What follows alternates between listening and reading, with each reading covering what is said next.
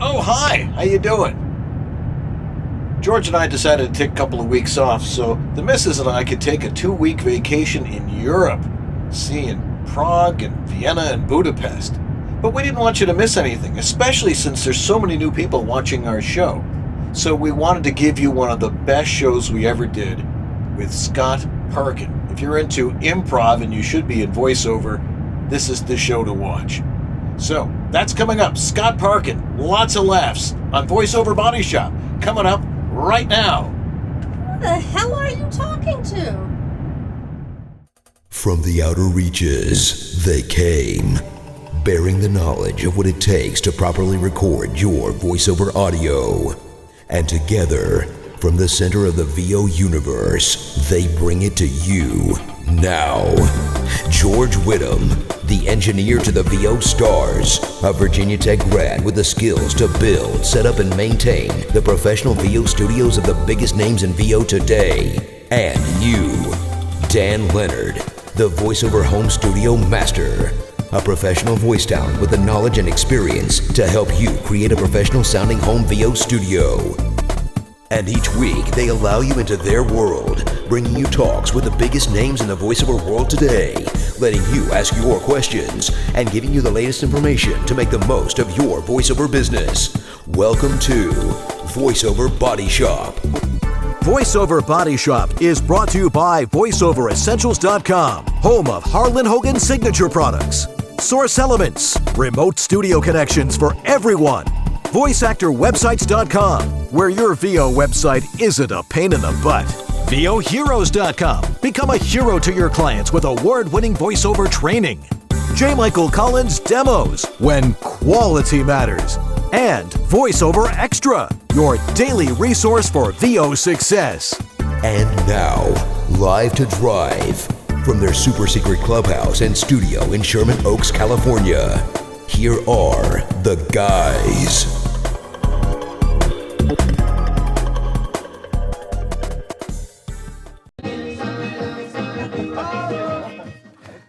And we're back. Yeah, we're back here on VoiceOver Body Shop. You know, Scott PARKIN did his first commercial when he was 21 years old.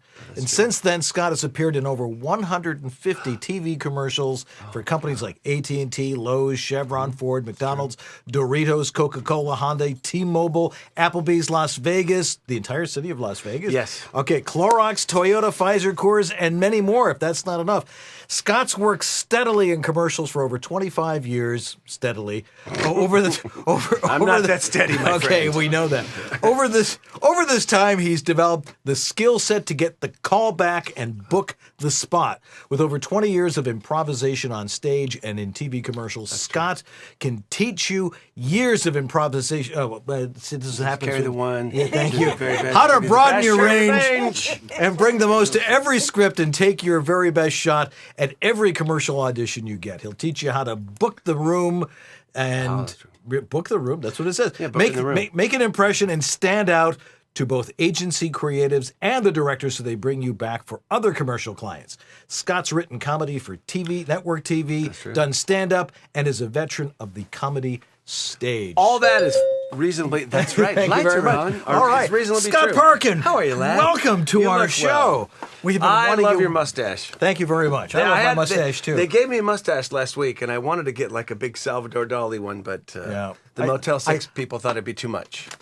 Most people wouldn't know who you were trying to be. Anyway. That's true. All right. Well, we've been wanting to have you on for some time. Dude, I've wanted to come for some time, and so I'm glad I got here. We know you had some other commitments, but now you're here just for our last show in 2016. It was court. Just say it. It's okay. It was court. Yeah. All right, and it's only that was a legitimate excuse. And of course, you know, at 5:30 from my house, a mile from the beach in Venice, it's only an hour and a half here of move. God. Damn, I'm fine, but I made it. You should have come for lunch, and then you would have been here right on time. Maybe don't tell me how to run my life. Okay. How about that?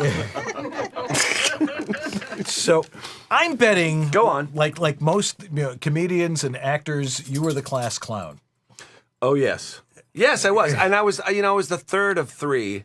Oh, okay. I was born in '62, Yeah. and you know, '60s and '70s. If you wanted to get a word in, you better have a good story. It better be funny, Right. And you better be out of the old man's backhand, like just to the right of the old man's backhand. Oh, man, my father moved me to the other side of the table Yeah. just so he could reach me. My folks moved and didn't tell me, so I mean, it's very similar. It's similar in a way. So, how did you get into acting from that? It's just a natural progression from there? You know, I did an impersonation of John Lennon at a morning show. This was for 98.5 KZAP, The Cat in Sacramento. Yeah, you can That use was the back round in glasses. That's right, man. Hey, we'll be back with this from the King Biscuit Flower Hour from Led Zeppelin. No one else can get their hands on this. So it was early in the progressive FM days, and there was a morning show. Tom Cale and Alvin. Yeah. Alvin. I'm going to call him that. I don't remember where I parked. How am I going to remember 1977? So they, you know, and I did a voice. You know, I said, "I never said we were more popular than Jesus. I just said the records were selling more."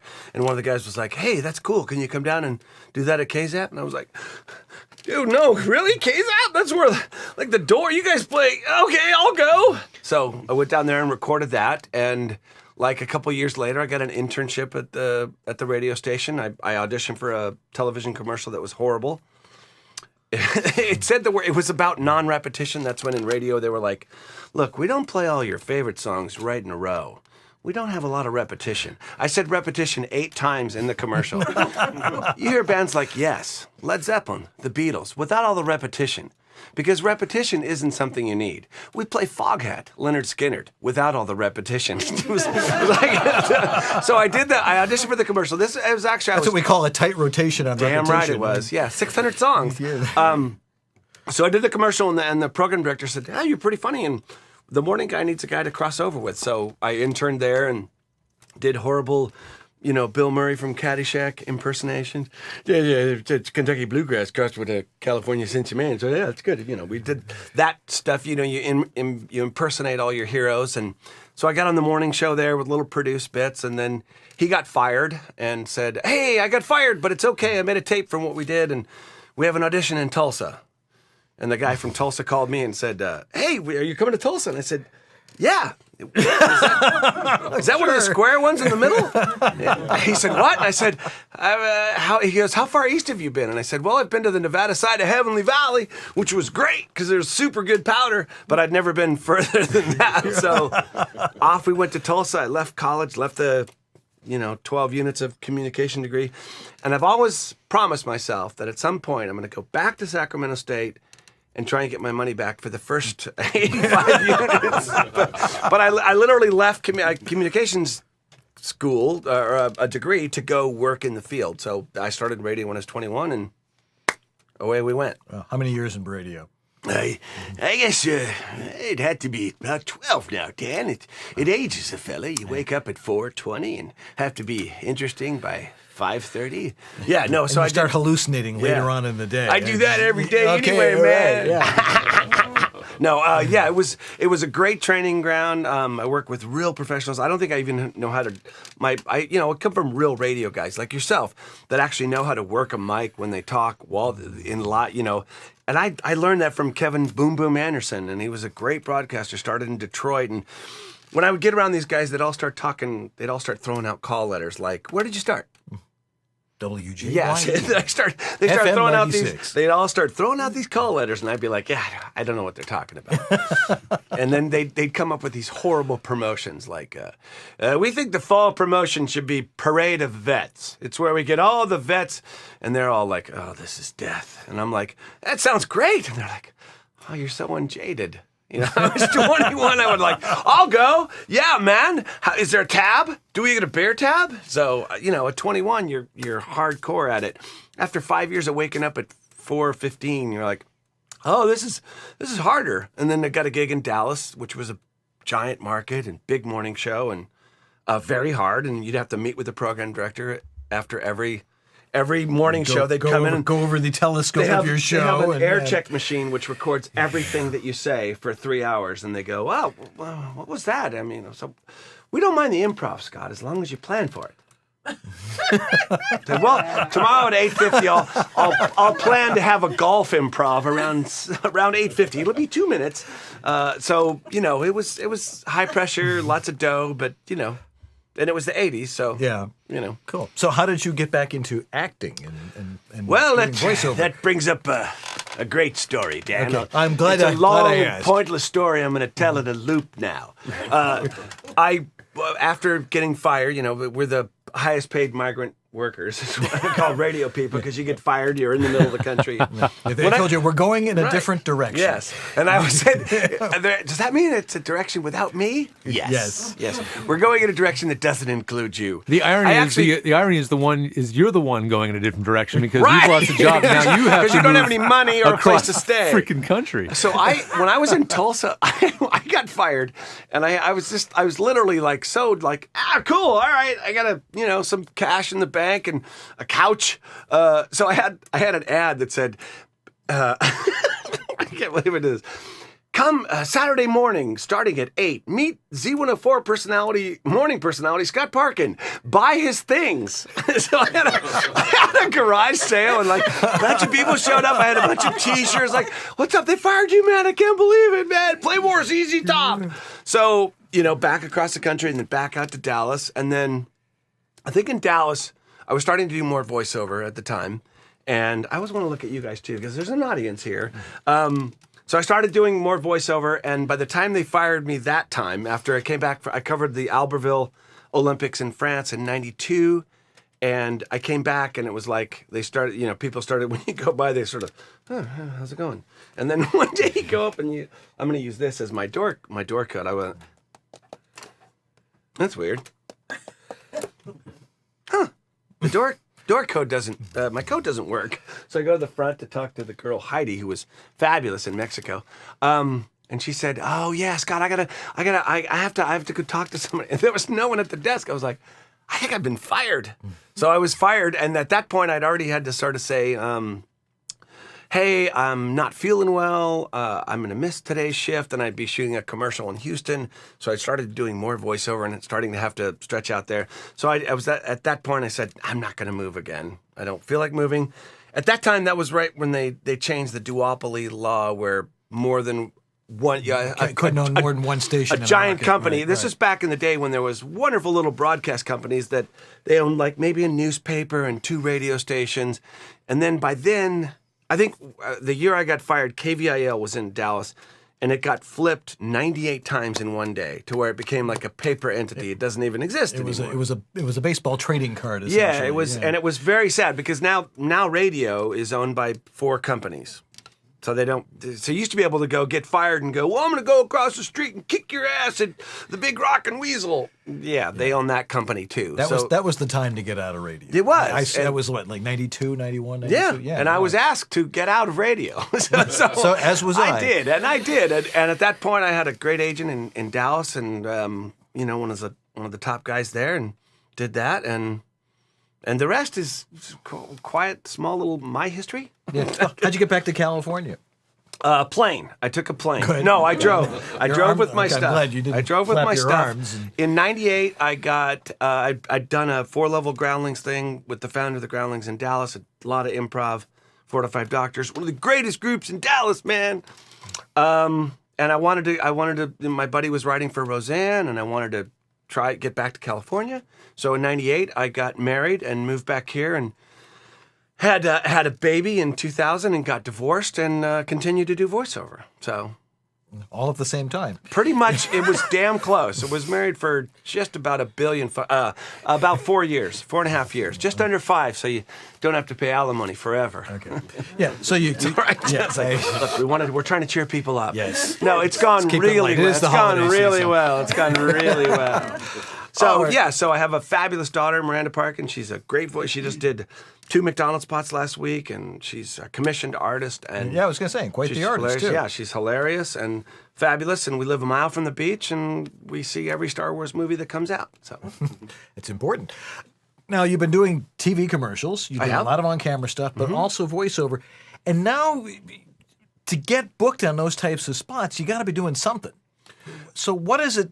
I'm not going to say what's your secret, But what is the basics to really always booking the spot? When you talked about booking the room, Yeah. and that's a thing where each time you audition, it's a chance to get more work.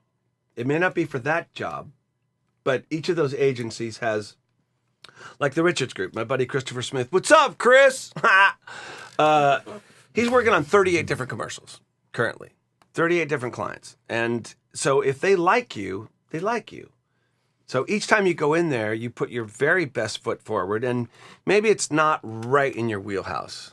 Like right down the center for me is, wow, I never thought of that. That's a great light beer.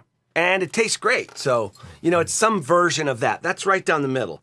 So I always tell folks that they need to be able to hit the far side of that, which is, right now at Rent-A-Center, you can get 5 of those for just $8. And if I drive just a little slower, maybe I can hang on to my daughter just a little longer, right? You got to, and you have to, in order to make a living at it, you have to hit everything in between.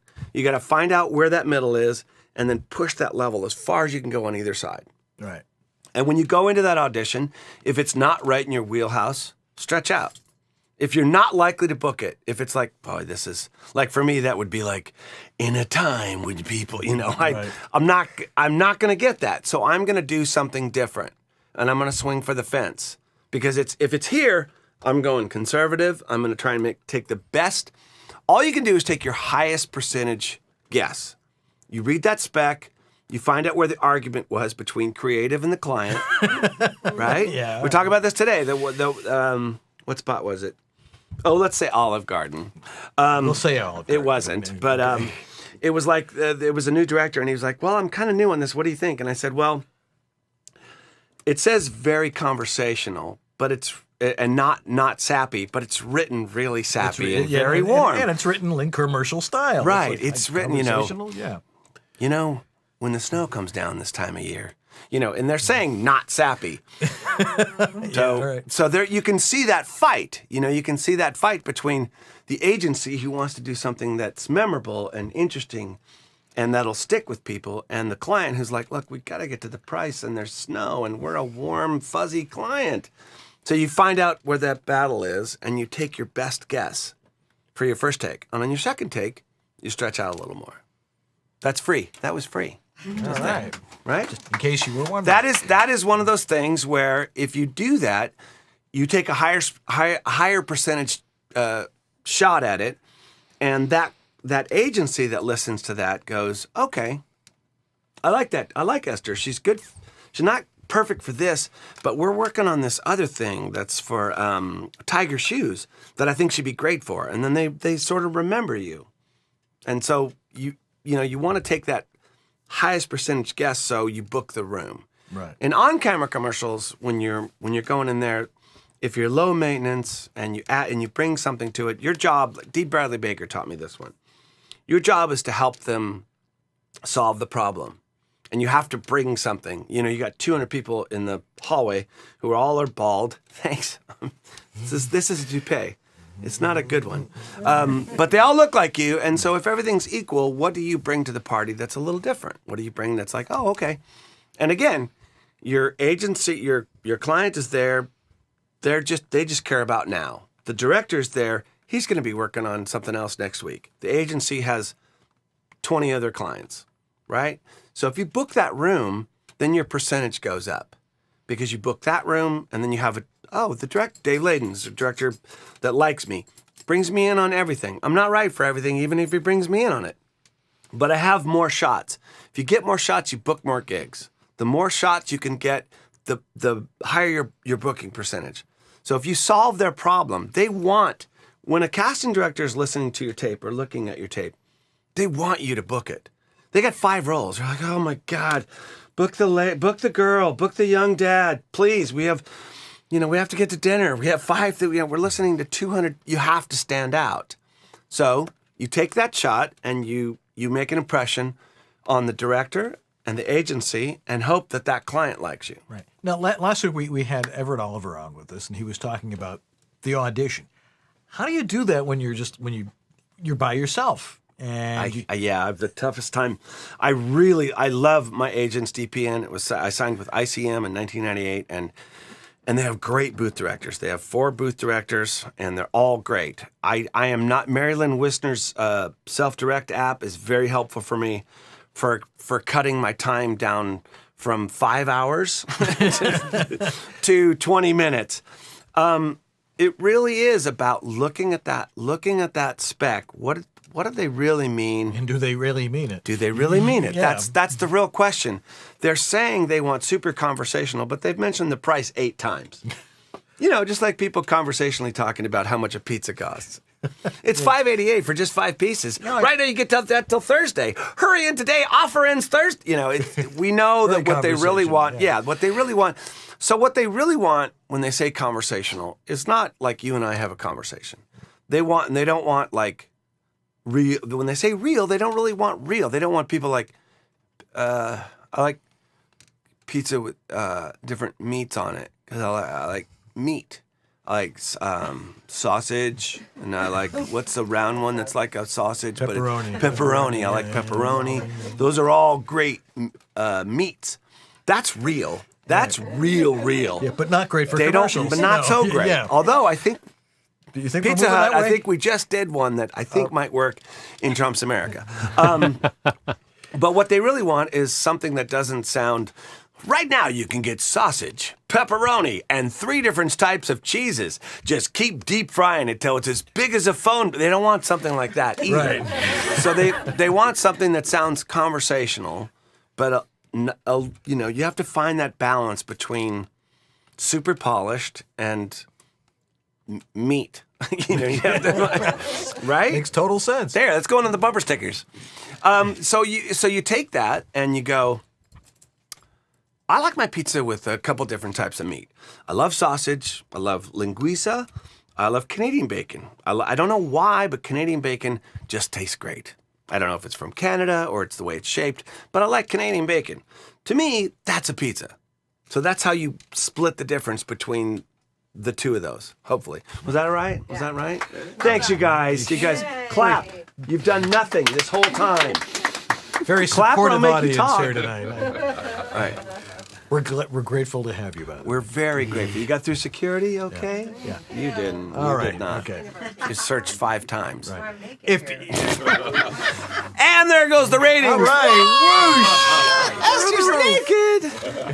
I was in Esther's Naked off Broadway for 2 years. I was Stephen the lawyer. Anyway, Are we going to a break? we are going to go to a break. Oh, and this if- will be great, you if- guys. if- Wait till the break. Yeah, if you've got a question for Scott Parkin or for George and I or for anybody that's here, by the way, just throw it in the chat room. And, I think George is watching the chat room tonight because Anthony had some... George left an hour ago.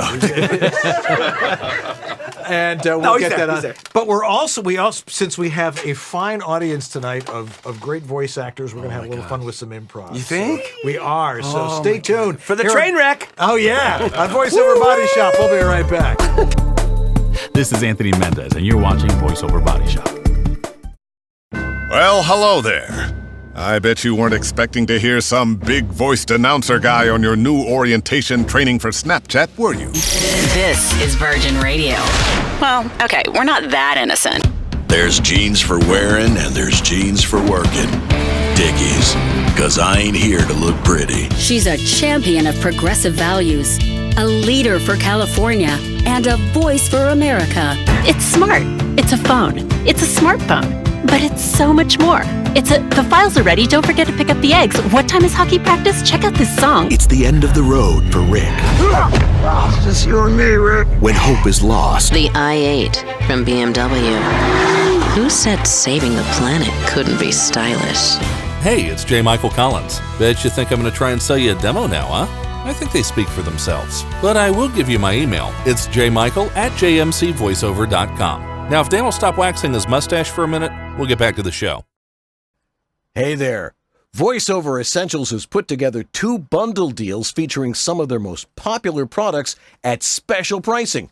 No matter your budget, you can't go wrong, whichever one you choose. And now get interest-free credit for 6 months when you check out with PayPal. First, there's the Plus bundle. Save $100 and free shipping.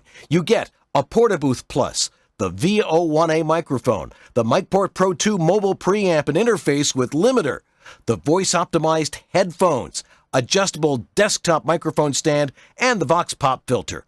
Bought separately, you'd pay $986.89, but the bundle price is $100 less, $886.89. Now, the Pro bundle, you'll save $150 with free shipping.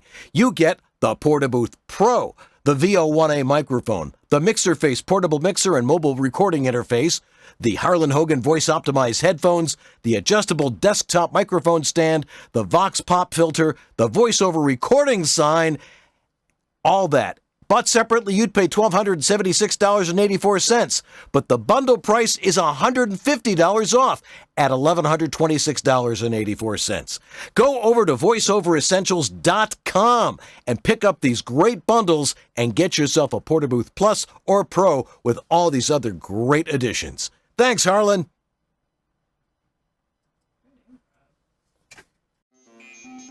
As a voice talent, you have to have a website. But what a hassle getting someone to do it for you. And when they finally do, they break or don't look right on mobile devices. They're not built for marketing and SEO. They're expensive. You have limited or no control.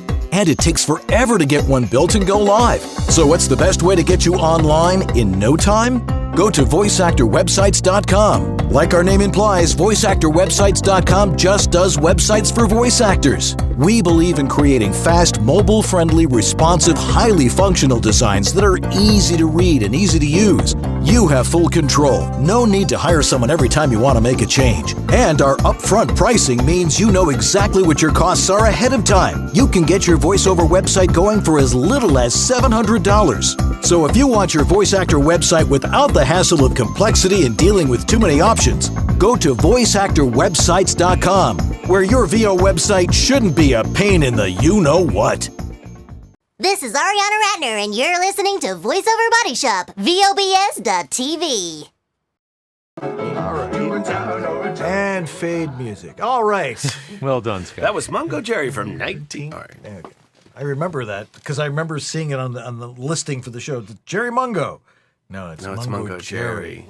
Darn. My favorite screwed up introduction was from the overnight guy in Tulsa, Oklahoma, when we got in. An overnight guy in Tulsa, Oklahoma. That says a lot right there, doesn't it? Yeah, it says drink. He said, and that was, he had a couple of them. That was Sweet Bluty Jew Eyes. And the other one, that was Steely Dan from Aja. No, it's Asia. Yeah, or whatever. But Bluty Jew Eyes. Oh, we got a call. All right. And we know what we have to do when the call comes in here on VoiceOver Body Shop. What do we do? I don't know. Yes. We pick it up. That's right. We always do. We always do. People have learned, don't call while we're doing the show. Oh, you were going to put in the air. Coaching. Call in now. Yeah. Now, you're coaching. It seems like since I've arrived in Hollywood that everybody's coaching. There is. I started doing... I talked to Mary Lynn Wisner a long, long time ago. Who is a coach, by the way? Who's a wonderful coach, and she runs a fabulous school. But she said, we don't really have anybody that does that conversational real read, which... what everybody wants. About apparently. 70-75% of reads today are some version of that. And so I said, yeah, let's do it. And so we did it, and I had a great time. I really enjoyed teaching in general. I teach kids to act. I teach whether people want it or not. I teach people to surf. It's obnoxious most of the times, but when they ask, it's okay. But a couple of the people went, wow, do you coach privately? And she said, yes. And I said, yes, I do. Of course. So that was about 1.5 years ago, and I really enjoy it. But there is an awful lot of coaches, and there's an awful lot of coaches that are awfully expensive. And I just want to say to the next people that call in, I will give you a good deal. I keep my rates low for the journeyman voiceover person, and when I got hooked in with the VO Collective, there's all these new and wonderful people that have such a juice for the industry and the artistry of it that I keep it very reasonable, under 150, like anywhere from 120 to 130 for about 70 minutes. And I think that's really about what it should be. unless it's Anthony Hopkins, I'm not paying $200 an hour. Or no, I mean, I just don't see, and this likely will get me in trouble. But That's okay. $200 an hour is just, I just don't know what someone can teach you in an hour for $200. Other than some sort of... how to make more money. Yes, as how a to coach. make more money. Hi, welcome to the seminar. Who wants to make money? Do you want to make money? Do you want to make money? We're going to make a lot of money today. We're going to go into breakout groups, and each of those will be $1,000. No, there are some really good coaches out there. Mary Lynn is great. You are great. Dave Walsh is great. There's some wonderful coaches with great information. I like when I work with a coach. I've worked with Dave. I've actually taken Dave's. Jeff Howell has coached me in promo. I like practical application. I like somebody. These are a few things like you were talking about what to look for in a microphone or in branding. For me, if you're looking for a coach, find somebody who is working, either producing, casting, or voicing currently, because the stuff is changing so rapidly that if you're not with somebody who knows what the trend is, they may be taking you down a box canyon that has already happened. And hey, you have this great skill set that was great 8 months ago. Look for somebody who has clients that you can actually say, oh. There's no water in there. I thought it was a clock. I was like, I'm sorry, that's all the time we ever. Look for somebody who is working either from a production standpoint, producing commercials, directing commercials, or voicing commercials. Not just a coach. I'm not saying that somebody who doesn't do those things can't coach. They can, but your percentage goes up with somebody who's looking at scripts. I look at 25 to 30 scripts a week. Either auditioning or stuff is sent to me to coach somebody. So you want somebody who knows what's happening as far as where the trends are and what's the type of reads that they're looking for. You want somebody that's working. I'm working. Thank the Lord above, because it's crazy. It can go away at any moment. No one's guaranteed anything. You want someone that's working. You want someone who knows what's happening currently, and you want somebody who has some experience. If they say, oh, I'm a great coach, I'm amazing, it's going to be huge, it's the same sort of principle. Okay, who do you work with? Have they booked anything? Where can I find out what they sound like? That's the kind of thing. Due diligence is important. Don't just go, oh my God, I want to get into voiceover. I'm going to get a coach. Because it's not, you know what you have to have? You know what you got to have to be a coach these days? You got to be able to say, I'm a coach. And that's about it. It's not a regulated thing. It's not like there's a... We're working on it, though. We're working on it, and hopefully the industry corrects itself. Because people that are charging huge amounts of money and don't have any clients that are actually booking things and that don't either cast, produce, voice, it's very simple to see the people that are actually making waves and getting people work and helping them. Nobody, if someone says they can get you work, they're lying. Nobody can get you work. All I can do is hopefully raise your percentage. Because if I knew how to get somebody work, the first person I would do that for? Me. I would go, hey, I figured out a way. It's a holy grail, and here's how you, holy grail, here's how you go do it. Anybody that says they can get you work is not telling the entire truth. If they can help you increase your odds of getting work, that's a good coach. You can tell. Don't sign up for long-term agreements with a coach before you've worked with them once. That goes for anything. One at a time. See how it goes. Consider it like figure skating. Who is your figure skating coach? Do they have somebody in the Olympics or do they have somebody in Bakersfield doing really well? Like you do. You were a figure skater for a long time. I was a hockey player, but same thing. I know. That's not even close to the same thing. We got some questions from our cool. vast audience scattered throughout the four corners. We do. Shoot. I'm all. Any questions locally? Yep. Dogs happy? We'll get there. All right. George. Yes, all right, George. First one comes in. Hey, man, good to see you over there. Good to see you too, buddy. First one comes from Paul Stefano. Paul's question for Scott is, how did you get into on camera? And was it intentional, or did you just meet someone during a voice gig that liked you? I got into on camera, like I said, from 98 KZAP. I auditioned for a commercial, and I got the commercial. I was a model. I was a stand like in a store. Like I was very cute in my 20s. In your good-looking days. I was super cute. This area here, really super hot. So yeah, I did it that way, and I was always a class clown. I memorized Frost Nixon with Eric Idle and Dan Aykroyd, and did that at some comedy contests, and got some great notices in Sacramento in 1978. So it's pretty. No, I've always been outgoing, and on camera was where I wanted to be. I wanted to be on Saturday Night Live. That was a dream of mine. Still gonna not happen. But commercials was the path of least resistance. You could be very funny. You could do an awful lot, and you could, put a roof over your head and put food on the table. So I got in through doing a voiceover, actually. Or through working in radio and getting better at that, and being willing to take a risk. Mm-hmm. So, and on camera is a weird beast. You can be a bunch of different shapes, sizes, and looks. Especially today, it's not all just. I was always when I was a model, they'd always like, here, stand by this fire or hold this dolly, or I was always like a blue collar guy.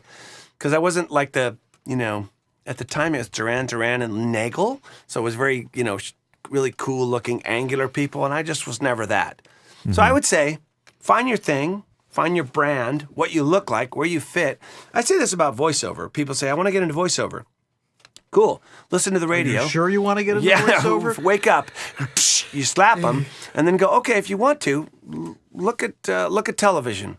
What are the voiceovers? Where do you fit? Could you do that? Do you feel like, well, I could come close to that? You Josh Brolin? Right. Do you feel like you could talk like that? Can you talk like this? Or are you more like, what was it? Hal Riney. We used to do my buddy used to write for Hal Riney, and it was like, it's John Deere. John Deere mowers. They're mowers for people who want to mow. It was like they were selling local avails in the pauses. But it's find out where you fit. And that goes with on camera too. I could do that. I'm in that area. Is there enough in that area? Are you a young mom? Young moms work a lot. This is always my pet peeve with commercials. Women go, God, we're portrayed so poorly. Think about how guys like he and I are, honey, I ate too much. I don't know how to measure whether I'm eating too much, and now I'm sick. And I think I peed myself, and oh, honey, help. Sorry. So realistic. That's pretty bad. I mean, guys are not I like beer, because beer is cool. There's a girl. We're not portrayed, and that's not far from the truth. Let's be honest. It really is. But find where you fit. That goes for voiceover too. Any others? Jackson Daniel, he says, "Can you share a story?" Daniels. Yeah, he likes to go by Jackson. Can you share as a story of when you went way out there, nowhere near the given specs on the script, but just the feeling it was just right, and you landed something that way? Something really cool. I did. Michael Cerny said, "Hey, we're doing these commercials for Vegas." And it's all improv. And we want you to come on the location scout. And I was like, okay, no, they don't take actors on location scouts. So they said, yeah, wear your hat and your pork pie and your shirts. And so we just winged it. And I talked to the guy, went up on the Treasure Island thing, and I went, are you all pirates? Are you all from other parts of the country? And so they taped the whole thing, and I stretched out every time they cracked a mic. And when you improv, as you know, it's not all going to be great.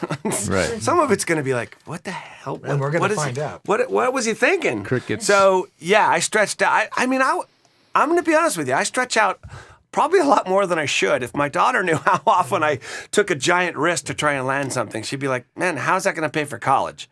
But I do, I'll tell you one time, there was an Applebee's spot where the specs were so, it was like, he's wise, but not very bright. He's a sage, but pretty rowdy. It was like, and the specs were about a paragraph. I read the paragraph of specs as my audition. Because the line was actually just a tag. The line was 4 words, and the specs were this long. He's wise, but not too Western. He enjoys fishing, but not with people. You know, it was just fish. It was just insane. But I didn't get that one. So, but it makes for a great story, and I still use that copy because direction. It speaks to direction you get is going to be sometimes diametrically opposed. It's literally we want it conversational, but about the price, $7.99. There's no way to say price very conversational because we don't talk like that. Hey, George, 8:44. Yeah. 3 by Thursday. Yeah. Hurry soon. Yeah, It just doesn't, you know. So I would say I stretch out a lot. Probably a lot more than I should. It's your thing, man. Did I answer that? I think one of the things that keeps your memory burned into their. Yeah, their you'd memory hope. banks. You'd hope. I mean, I do change. I always say, don't improvise a hell of a lot on your first take. The other thing is, we used to tag things a lot. It was like, what's a tag? They don't listen to the tag a lot. They don't listen to the first 20 seconds. I'm sorry. This is sad. And Explain it's hard for news. the uninitiated. What A the tag is means. at the end of the spot Yeah. where you come in and it goes, get those now till Thursday. And then you go, well, but wait, I'm not terribly bright, or whatever your tag is going to be. You say it at the end of the spot. Kenny Campbell told me, you know, they're not listening to the whole spot. So if you're going to say something funny, do it up front. Do it up front. So I say do it up front, do it on your second take. Cool, man. So you don't want to piss them off too much. So writers, I mean, I've written a lot of radio and I've produced a lot of radio. And if you're, they usually throw the radio to the new guy. And he's been working on it for 3 months, and he's gotten the crap beat out of him. Like, look, no, it just doesn't scream ham, you know, or whatever it is. And so by the time he gets in there, he really wants to hear what he wrote because he fought for that. Somebody fought for those. And if there's a little joke, if there's a tiny little, well, it says spiral cut, and that's the only joke they have, it's and you go, well, it's not terribly funny, but it's kind of a joke. Somebody fought really hard to get that joke through the web of lawyers and clients and people that are like, well, how does that say ham? Right. You know, and so somebody fought for that. So you have to land that joke. You have to practice it and listen to it.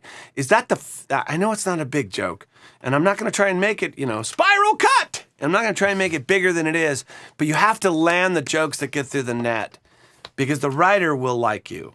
And if the writer likes you, that helps because he's going to work on other stuff. But if you totally usurp the writer and blow him off, then he's not going to fight for you because he's been in his little cubicle, like, you know, drinking coffee and writing 5 spots for, hey, that's my leg pizza. And he really wants to hear what he wrote. So you got to give him a good portion of what he wrote.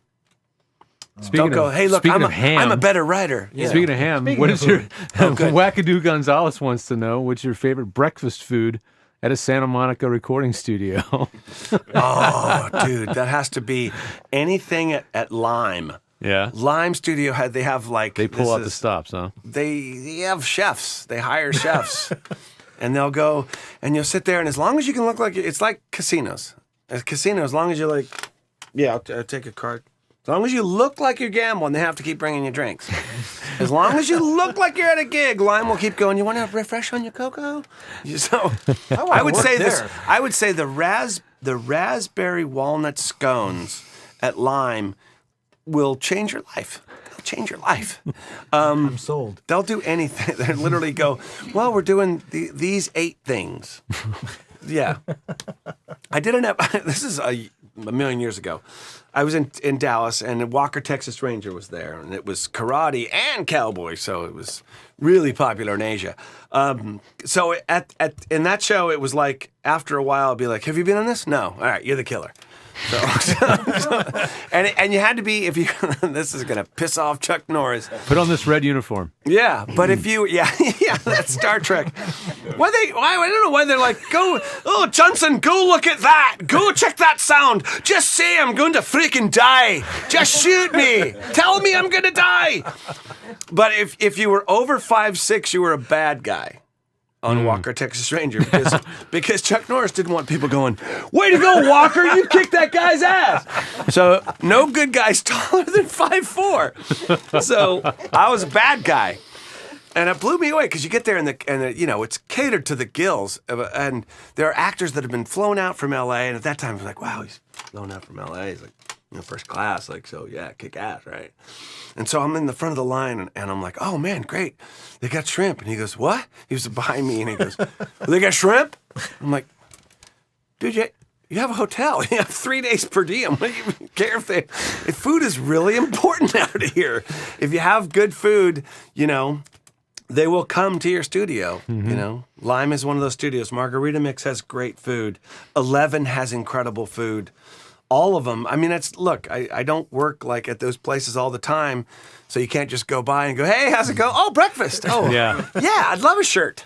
So, but when you get there, it's amazing, and it's a wonderful thing. Knock on wood. Let's hope it happens for as many of you as possible. All right. Last question we've got from... Okay. We got 2 more, actually. 2 more. No one slipped in out of the wire. Thank you, guys. One's from our faithful producer, Catherine S. Curtin. And she has a question about social media. Do you prefer Facebook, Twitter, LinkedIn? What's the big one? Do we really need to have more followers? I mean, what's going on? For me, MySpace is where it's at. That's the one. I have my great friend, and I'm going to mention him because I just adored him. He was one of my favorite people, the great Steve Susskind. And he used to say he had gotten a website to sell his pocket scarves. He used to have these pocket scarves, and I got a website. And I say, Steve, how's your website going? He goes, well, if you have a website and you don't advertise, it's like having a warehouse in the desert. So for me, I like Facebook. I'm on there way too damn much, as anyone knows. As everybody. So I just started a site called America's Commercial Actor, Scott Parkin. And I like Facebook a lot because I can do video of a fair amount of length. I can boost a post if I like something. I just did one where I was shooting Motel 6, and I did a character video, and it got 8,000 views. For me, for my little world, that's a lot. I can put $20 and boost it over 5 days and send it to more people that I don't know. And if it starts getting shared, then that's a wonderful thing for me. It's the illusion that I'm successful. Well, I mean, you're successful among 1.7 billion active users. That's right. Thank you. Facebook's pretty good active. perspective there, George. But I like Facebook. My daughter likes Instagram a lot. The young kids really love the Instagram, so I'm more active in that. Now you can go live on Instagram. To say you're not. To say you don't need social media, or do we need more followers? Sadly, we need as many as you can get, because once you start, I've started to book jobs from this America's Commercial Actor. People are like, "Hey, we'd like that guy," and I'm to talk about the character you've created. To talk about our car, and I'm like, America's Commercial Actor Scott Parkin doesn't sell out. Oh no, wait, that's the whole idea. Yes, I'd love to work for your car company. Right. So I think Facebook is a way to instantly reach a hell of a lot of people, and you can choose whether you support it financially or. You just have to go at it. I do think Bob West, a good buddy of mine, has showed me how, I still haven't done it, but he showed me how to do something where you can post one thing and it goes off across all formats.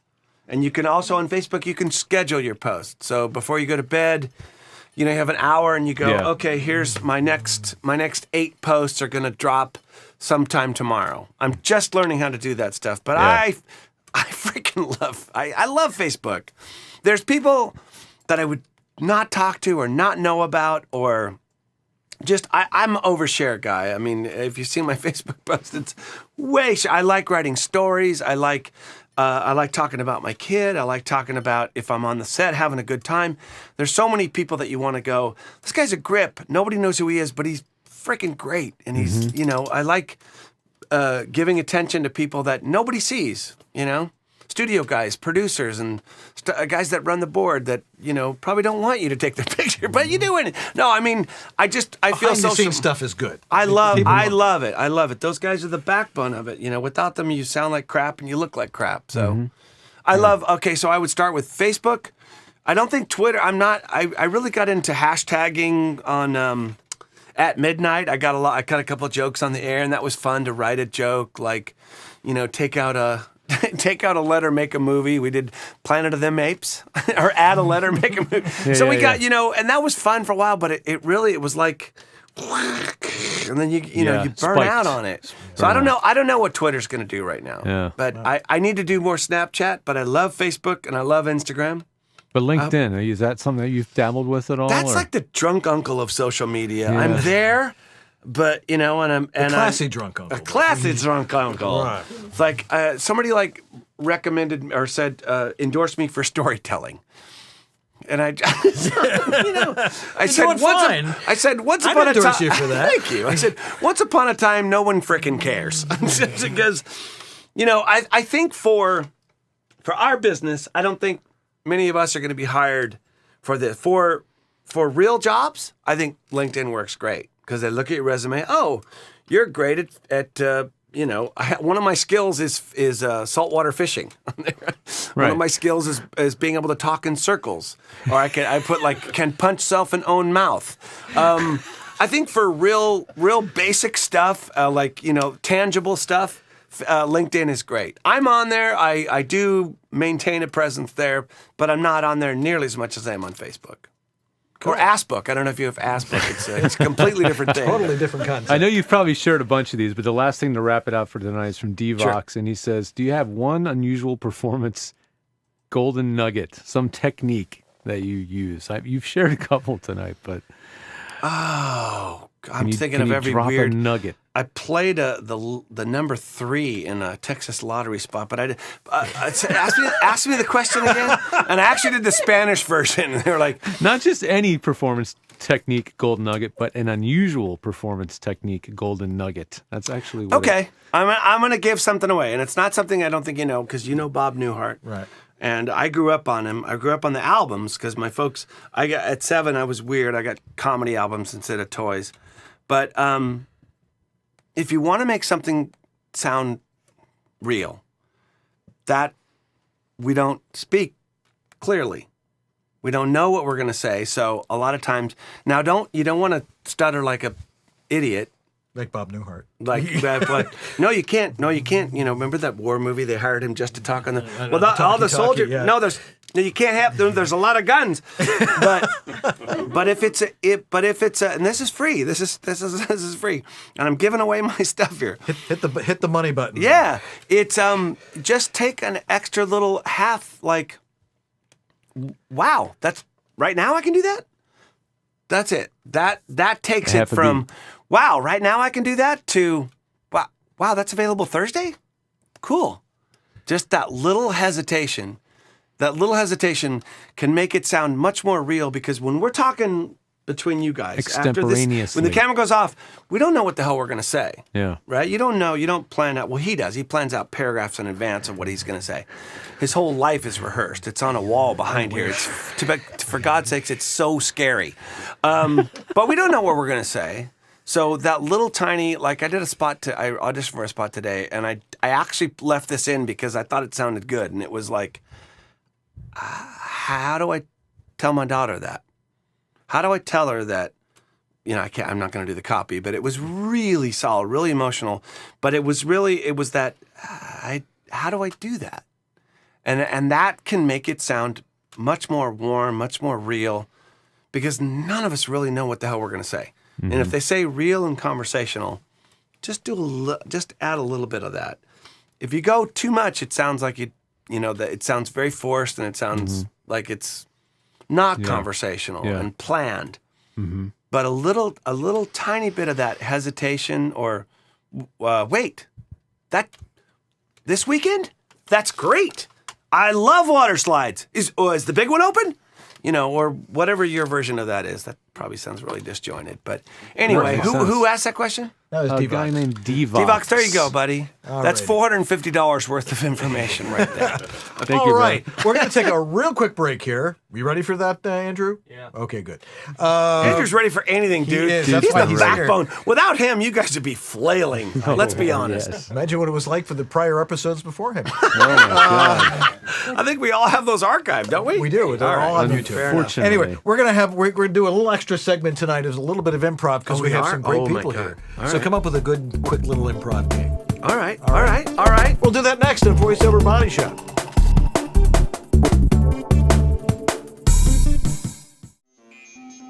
As a voice talent, you have to have a website. But what a hassle getting someone to do it for you. And when they finally do, they break or don't look right on mobile devices. They're not built for marketing and SEO. They're expensive. You have limited or no control. And it takes forever to get one built and go live. So what's the best way to get you online in no time?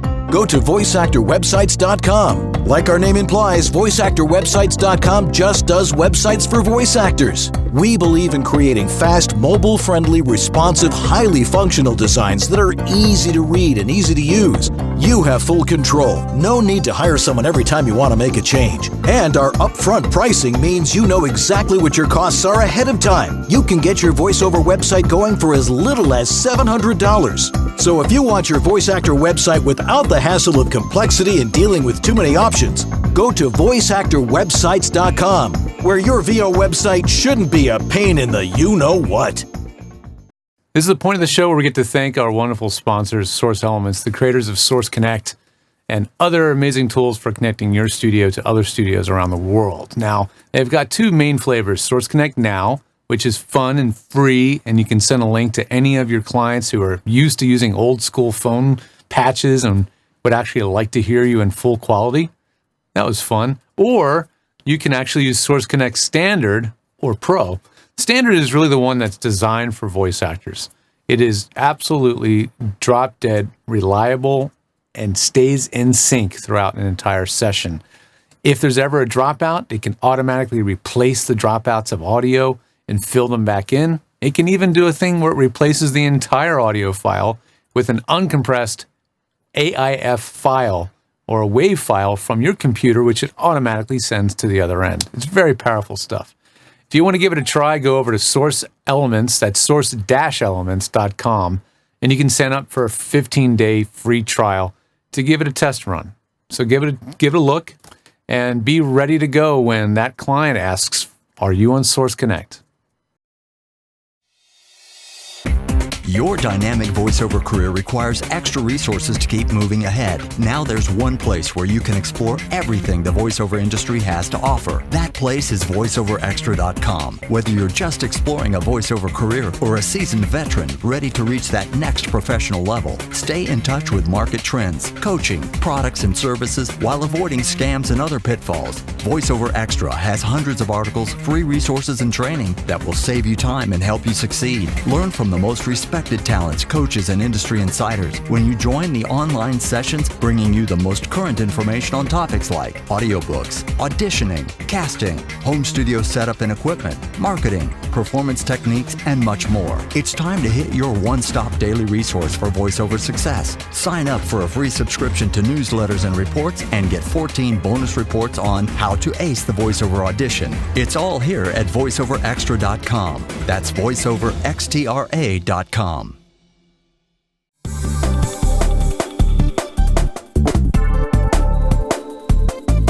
All right, time for some improv here. Now, my improv God. is very, very important to learn. It frightens the hell out of you. It beats the crap out of me. Yeah. I'm always trying to think, what can I say? It's funny. But the trick is to listen. Right. Yeah, the most important thing, voiceover-wise or on stage, is listening. Because if I say, Dr. Peterson, you're here for your appointment, and you don't hear Dr. Peterson, you don't know who the hell you are. Right? So you have to hear that. And each time if somebody drops a word or screws something up, that then becomes the bit. And if you watch, like, my favorite group, the Transformers, they will literally hone in on whatever the mistake was and beat that person into submission verbally. So what we're going to try here, and it's likely to be a train wreck, not like Amy Schumer's train wreck, which made millions. This will make $8. So we're going to start a scene, and then when George hits the bell, we'll have to change I'll change my answer. Okay. All right? Or whatever George says. All right? So give us a place where two people might meet, like a hotel. Okay, a hotel. A hotel. All right, you'll be the guy behind the desk. Okay. All right. So I'm coming into the hotel. The dogs are going to love this. Can I help you, sir? Yes, I'd like to check in. Okay. Do you have a reservation? I do. It's under PARKIN. Party of two, should be a suite. And I'm here for the convention. Which convention is that? He'll hit the bell anytime. I'm here for the convention about fishing. The fishing convention. Ah, yes, we have. Keep hitting the bell, George. Farming convention. Farming convention. And again, George. The hookers. I'm here for the hookers. Okay. Yes, we have the mechanics convention. The mechanics convention. Okay, so we're liquid feed symposium. Potato farmers. Pot growers. I'm here for the pot growers convention. Okay, good. All right. So am I, apparently. All right. Yes, you have the green suite on the 30th floor. Excellent. Is there a mini bar? There are 2 mini bars. Oh, excellent. Yes. So are they both small? Or are they?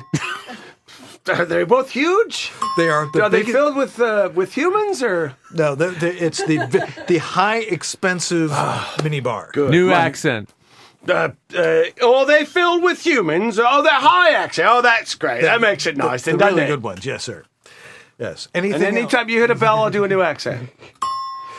Is there booze in the bar? You prick! I ask ya. I have not. The first one was a different one. It's more of a work. Okay. I told you, I want a bar filled with beats and old women. We Why have is this that, a actually. problem? It's Was not there a a bell? problem. Was that a bell? Hi, y'all got catfish in that bar? Come on now, Trump. All right. Let me check and see if we have that. Just something nice. I want a TV and some nice sheets with a nice thread count.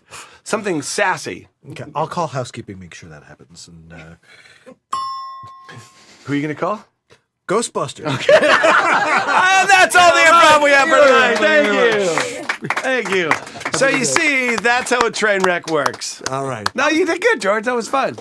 And Now I for know how just that works. coming up with that 30 seconds ago. So anyway, Where every it's week gets listening and Apollo 13. it's just opening your mouth and hoping something good comes out. Good. Very good. All right. Well, we're going to try and wrap up this train wreck right after this, so don't go away.